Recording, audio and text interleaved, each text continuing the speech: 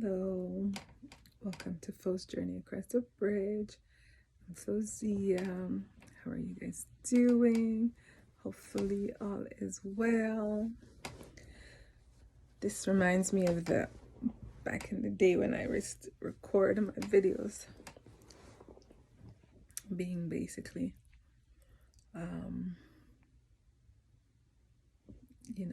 just not just waking up, but just starting the day. But right now it's more like ending the day type of thing. So anyhow, I invite you to take 3 conscious breaths with me. But before we begin that, I want to say you have tuned into Fo's Journey Across the Bridge, where I am doing the healing work to return to my heart, doing the healing of my mental, of my emotional, of my heart, healing, and releasing trapped energies that were in my body, and I'm just sharing it here with you guys. So my eyes are super tired. Let's do 3 conscious breaths before we begin what I want to share with you guys. Okay, let's go.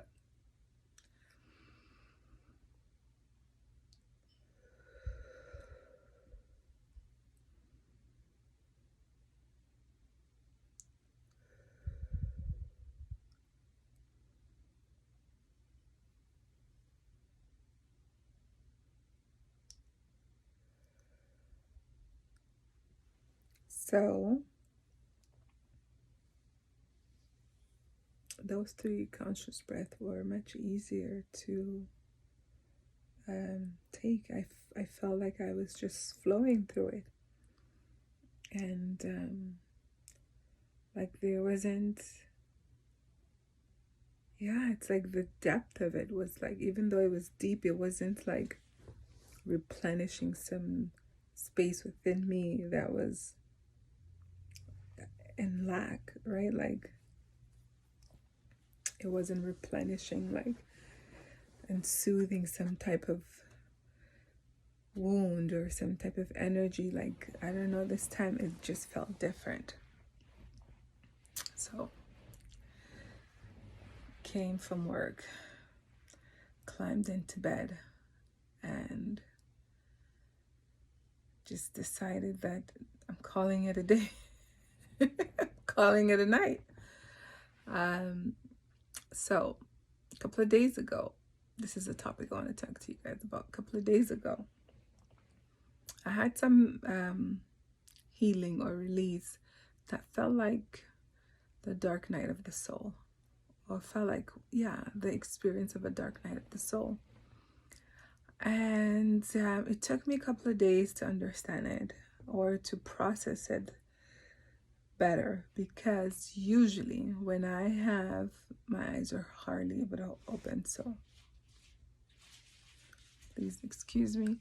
So usually when I have this experience of what I'm going to talk about,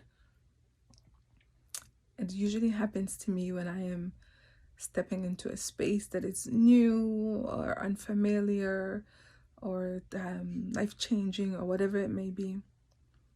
And this rush of this particular emotion comes through.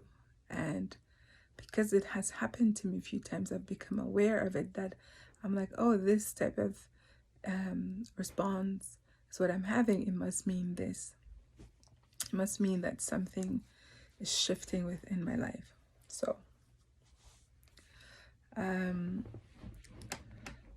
So today, as I was processing it, or even yesterday, it was having the realization that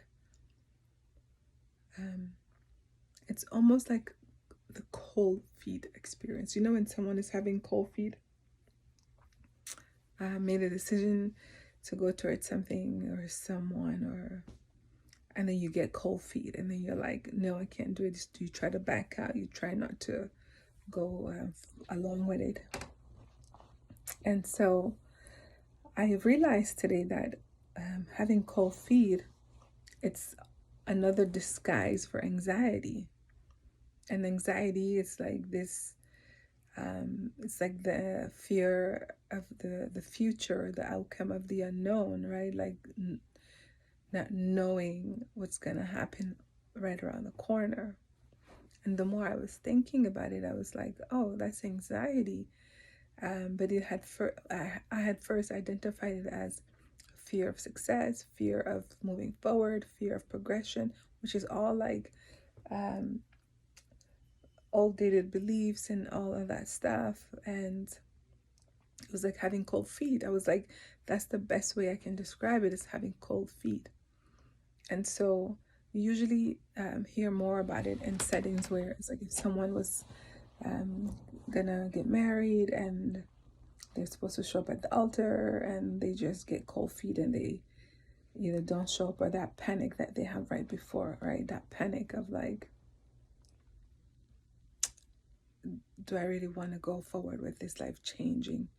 Am I ready for it? And so what was interesting is when I was in a place where I had to make a decision towards a new experience in my life, and something that I will share in the future. And this is not the first time that I've experienced this type of experience, and it's not the first time that I've had this response emerge. And I always get to the other side of the mountain where it's like, oh, this wasn't so bad, and it always provides me with this like this aha moment, this learning moment of like, whether it's something that grew me or taught me or whatever it is, because you will always, something that teaches you will grow you. I always get something out of it, even if it's like a lesson of don't do that again. Or it's like, see, it wasn't so bad. And so, yeah, I made a decision to go towards a certain experience. And the night when I finally, I actually was like, okay, this is not for me. The whole time I was like, you know, it wasn't being expressed fully externally, but I was like like a cat that you were going to bathe or something. I was like, don't take me there. I don't want to go that way. I don't want to do this. I don't want to step into this space. I don't want to do this thing. And it wasn't from this adult me, because this adult me hasn't experienced fear or harm in such experiences.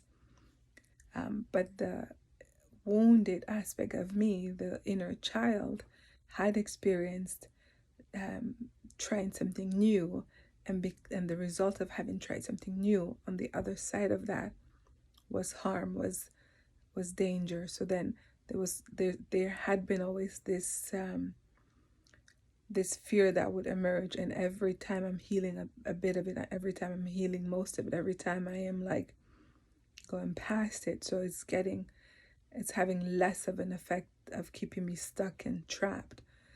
But my acknowledgement of it is like, oh, this usually happens, or this type of fear, because I wasn't calling it anxiety,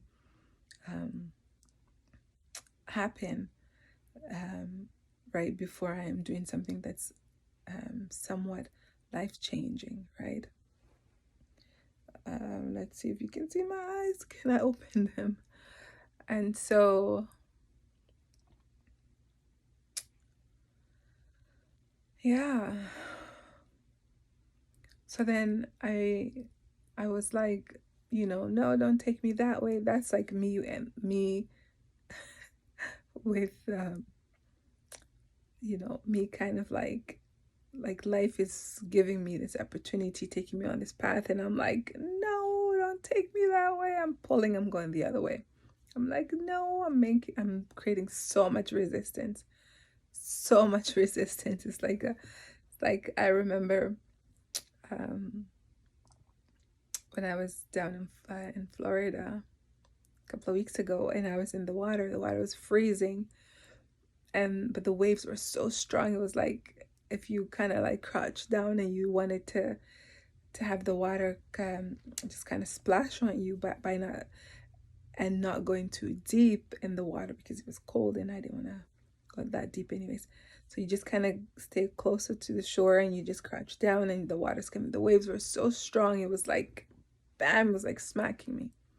So it's like that type of resistance where I was putting so much resistance, I was causing this type of ripple. I was creating such resistance, just like that intense water that was coming in. I was just resisting. And so, what an analogy to use now. And so I was doing that, and I was like, nope, that's not my path. Nope, God, that's not for me. Nope, nope, nope. I'm not going that way. That's not for me. And I'm not here saying that now I have a full 100% certainty that it is for me. I'm just here to share with you that couple of days, couple of weeks gap where I was feeling like I was being dragged. It's almost like you are this toddler and God is like just dragging you, like, come on already, we gotta go to the store, or we gotta go to this appointment, or we gotta go this way. And you're just in this like tantrum. You're just like, no, I'm not going that way. And then finally I was like, you know what, I'm having too much of a resistance with this. That's my confirmation that this is not for me. I'm not going that way. I'm not choosing this for myself. So I have to say no to this experience. I have to say no to this opportunity because it's not for me. So this is all internal turmoil that I'm having, all this internal resistance that's coming up. And can't nobody tell me or that was wrong, or tell me like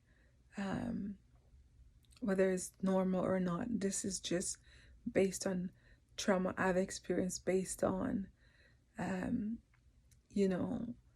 the result of the trauma, how things are showing up for me that needs me to heal.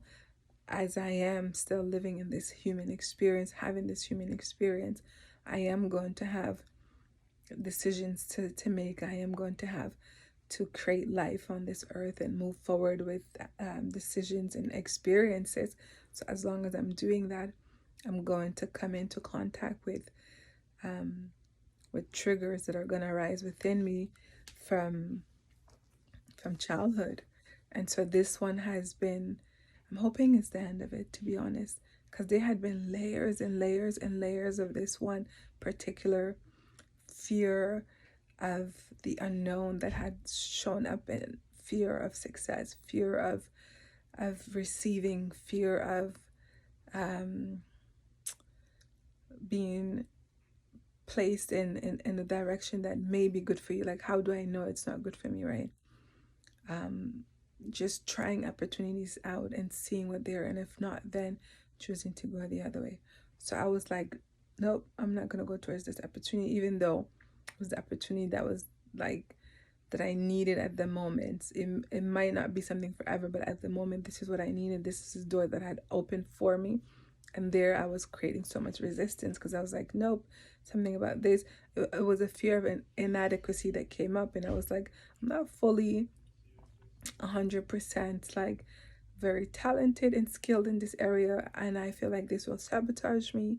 So I was having the fear of being embarrassed and being like, if I can't deliver this particular skill, then I'm going to be looked down on, or I'm going to be experiencing shame. Like, I didn't offer myself grace. I didn't say day by day, give yourself the opportunity to learn it. Here are different skills, reach out for help. I was literally having an experience of like needing to have, like to have hand holding. And so, and I can relate because I remember having held someone else's hands through their panic, and I didn't get it was a panic, but I was having like a silent one by myself, and like I was just at the same time sharing with family members, and it was like indirectly, not fully understanding it, but just knowing that I was like, nope, that's not for me. I'm not going down this path. And so finally, I reached out to, you know, the place where the opportunity was coming from, and I said, you know what, I'm not going down that way. I don't think it's for me. I don't think I'm very fully capable to offer this type of service, and it's just, I prefer to walk away rather than to put myself in a space where I may not have, this full capacity to deliver exactly what they're looking for. Again, not giving myself grace for what I already know and what I can accomplish, and how adaptable I am, and how quick of a learner I am. All those things, it's almost like my mind is not registering all those great attributes about me. And those are true attributes. And somehow I haven't highlighted them so much enough in my, for myself, that I've always kind of leaned into the other aspect of it. It was like that thought or the external voice that plays, but it's not your voice, where you're not good enough, or you're not capable of doing this, or you're inadequate. And so what that does also is it clouds your thoughts, it clouds your memory, it keeps you, in order to feed that narrative, in order to feed that false belief, it has to keep playing that programming. And then that programming kind of like self-prophesies. So it's like it allows you to fog out and not be able to remember things that you already know, right? So then you're not delivering. So then it answers to this, yeah, you see, I was right. You are inadequate. This false belief, this false thought. So I was like, I'm not going to do that. And somehow, I don't know if it was before I had said that to them or after, but I was reading on Instagram, and I had read how trauma shows up in different ways, and one was like low self-confidence, and I've heard low self-esteem, but low self-confidence just sounded and resonated different this time, or in that phrasing. And also lack of self-trust. And I thought, oh my God, these are all things that I subconsciously or through fear I demonstrate, even though when I am in this state of calmness and fully aware of myself, I know my ability to stand fully in my own power, my own strength, to walk myself through difficult situations, and to be fully grounded within myself as sufficient, as enough.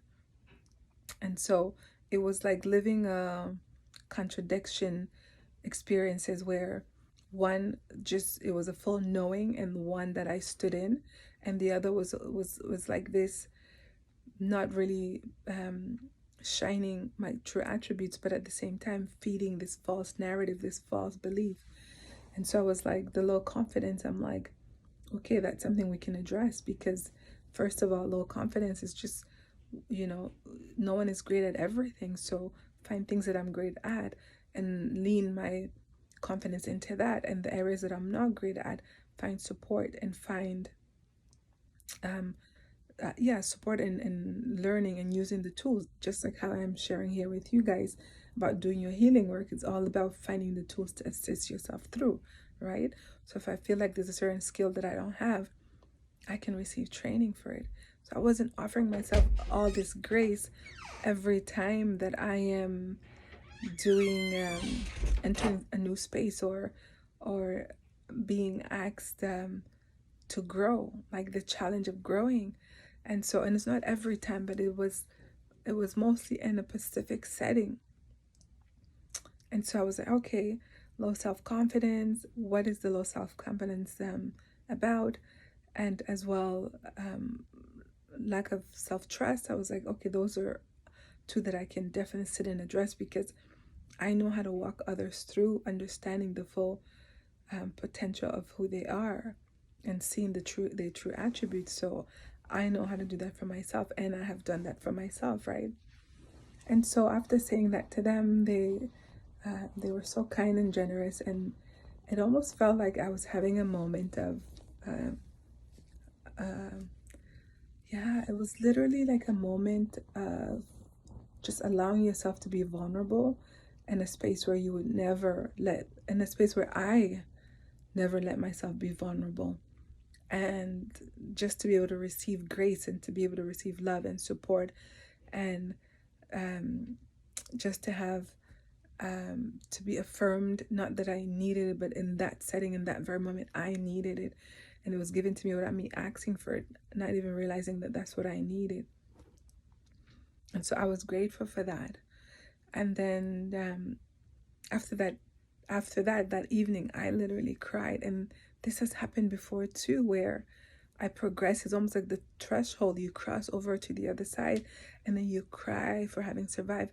I think it might be also survival's remorse, because it feels like that. It's like you get to the other side of the difficulty, and then, or you are presented with an opportunity that will get you on the other side of the bridge. Foe's journey across the bridge, that will get you on the other side of the bridge, will get you on the other side of the difficulty. And when you get there, all you have is this sadness for that part of you that lived through it. So it's almost like you're abandoning that self that just went through all of that by having a great life. It's almost like I haven't even fully processed it, but it's like flowing through me now, and I'm understanding that it's like a combination of those things. It's like this, but I can tell you in this very moment that I'm over that. But it was the letting go of that version of me. It was letting go of that experience, the past wound, the past experience, the difficulty. It was getting into the unknown. So of course it presented the fear of what will happen then, which was from a past trauma, but also letting go of so much that even though the difficulty is not pleasant, you've known this difficulty. It becomes like almost like an aspect of you, And so when they say healing and letting the victim aspect of you retire, and then you fully stand as the one taking care of the full being that you are, I'm just realizing that that's like that remorse of the loss of that self, and I know then I need to go and not just mourn, but thank that aspect of me. Thank that aspect of me for having survived that stage for us. I remember one time doing a practice where if you are in your current moment and you feel like you don't see your way through out of a certain challenge or difficult situation, then you connect to your higher self, and you ask your higher self to pull you through. But also, like, you connect to the future version of you, and you ask the future version of you to pull you through, to give you a glimpse, or to show you or let you know that everything is going to be okay. So even though in this very moment you might not know the way out, but the future version of you has already made it out, and sending you that love, that reassurance, that support, that confidence. So I'm just realizing that this is what had happened, and this is what was happening. The more I was coming out of that pit, the more I was coming out of the tough and difficult times, the more I was remorseful for that part of me. It's almost like I was leaving them behind, which is like leaving those experiences behind, not leaving myself behind. So I will sit fully with myself to be able to allow that, to connect with that aspect of me. And so I'm so glad that I decided to come and record, because when I had this realization earlier yesterday or 2 days ago, so I was like, I want to come and share this with you guys. And so again, after that I cried, I went to sleep. The next day after that, which was yesterday evening, I believe I had this, or early this morning, I'm not sure. I woke up super early, like 3:30, and I could not go back to sleep, and then finally woke up for 5:30 as my alarm went off. And But before that, I was watching. I'm sorry. There was few people, so it was like one of them spoke about how we try to control a certain, like a large part of our life, when in reality we only are able to really see the outcome or control the outcome of 10. Everything else is 10%. Everything else falls under things that we don't know, the unknown. And so the more you allow the wave, it's interesting. I'm making the connection now from the waves that I had experienced in the ocean to the waves of the video that I was watching, when he said the more you flow with the waves of life, the better you will have of this human experience, compared to if you're trying to control it, then you'll just be creating more frustration in your life and creating stuck energy rather than allowing this natural flow. And so when I saw that, I thought, okay, that's definitely what I'm doing, because I'm saying I don't know what's on the other side, which is mostly how God has allowed us to grow and flourish. Instead of fearing it, just trusting, because this is not the first time God has taken me into an unknown space. And though other spaces did bring difficulty and did bring trauma, many since then were difficult, but weren't ever difficult than the time before. So just to let me know that my ability to overcome difficulties have developed, but because I'm stronger, because I am wiser, because I have grown, because I am healing, because I have healed, because I'm doing the work, because I have matured, because life has taught me, because God has blessed me, given me wisdom, healed me, that I am better prepared as difficulties from the unknown do introduce themselves. I know how to then get on the other side of them. So I'm saying this to you in the full awareness of where I am now, that I get it. I get what the other side, the fear of making it to the other side looks like. And I also get and understand why there was so much resistance from me, feeling like I'm leaving an aspect of me behind, that remorse. And I didn't know this before recording this video, this remorse part. And so will I be less likely to address it this way in the future? I hope so. But what I do know is that I have more information now. I have more tools now. I have more skills and the ability to get myself to the other side. And I'm just so grateful that things are looking up. I'm so grateful that the sun is shining brighter. And I am grateful that not only what I know to be true within me, but within my understanding, within my wisdom, within my higher self, within my consciousness, within my connection to source, to God. But I can also have this wealth that's within me begin to manifest externally. So I'm grateful for that. I'm grateful for that. And I just wanted to come and let you guys know that when you're healing and you are still in your everyday life will trigger old wounds, will trigger old patterns, will trigger old beliefs. And as they show up, you're going to experience what you're experiencing. But I would say be gentle with yourself. I would say be truthful with your emotions.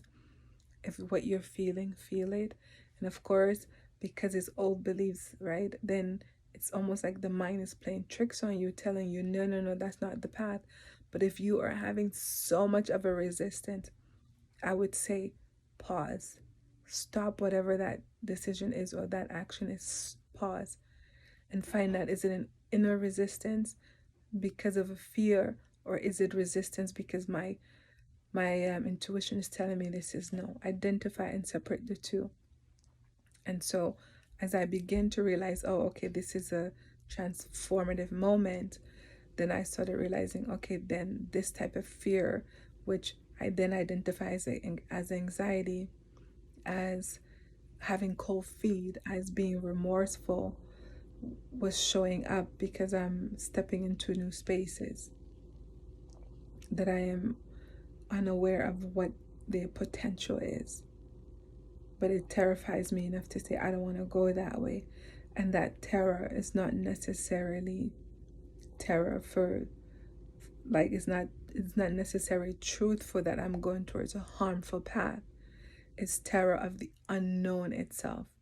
So the fear is so intense that the terror is almost like, well, I'm not even curious to know what is on the other side. Just the fact that it's unknown is sufficient to say, nope, I'm not interested. I don't want to go see what's on the other side. And that brings me to this point that I wanted to make. When I was younger, I shared the story before. My sister, right before me, 1 year apart, was registered for school, and it was her first day of school, and I went with her with my mom. She was registered and she was going to start school. And I cried and I bawled and I did temper tantrums as kids do. And I was like, no, I want to go to school too, because that was my hangout buddy. Like, she's going somewhere. I don't know what this place is. It's a fun place. I want to go to. And so I was like, please let me go temper tantrum. So my mom convinced the principal, even though I wasn't old enough, to let me attend. So I attended. And not too long after, she graduates and goes to the next level. Oops. And goes to the next level. And the next level is like on the other side of the wall. And this wall was tall, was high. It was like high. Well, imagine being like 3.5 or 4.5, I'm not sure. And then all you see is a door. So there's a door where they can go to the other side.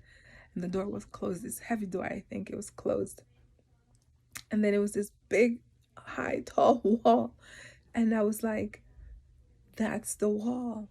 That's the wall that had kept me from going on the other side. So I was like, what are the walls that are in your life? What are the walls that are keeping you from going to the other side, that are keeping you stuck past in this trauma?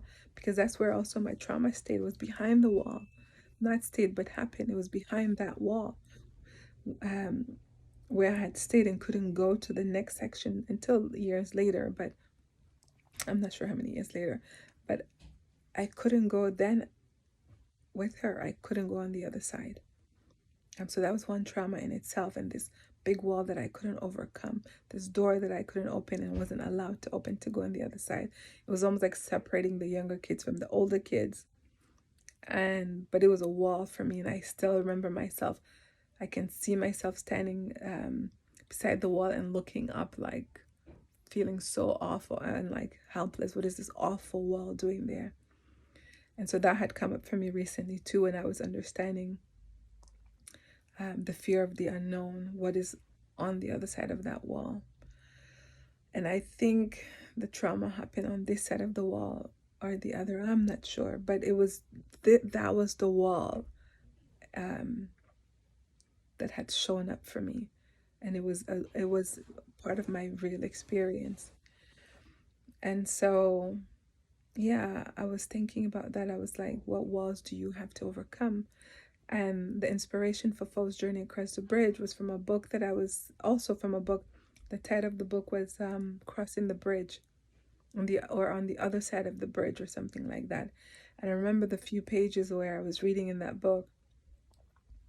This person was trying to climb the wall. I don't know if it was in their dream or something.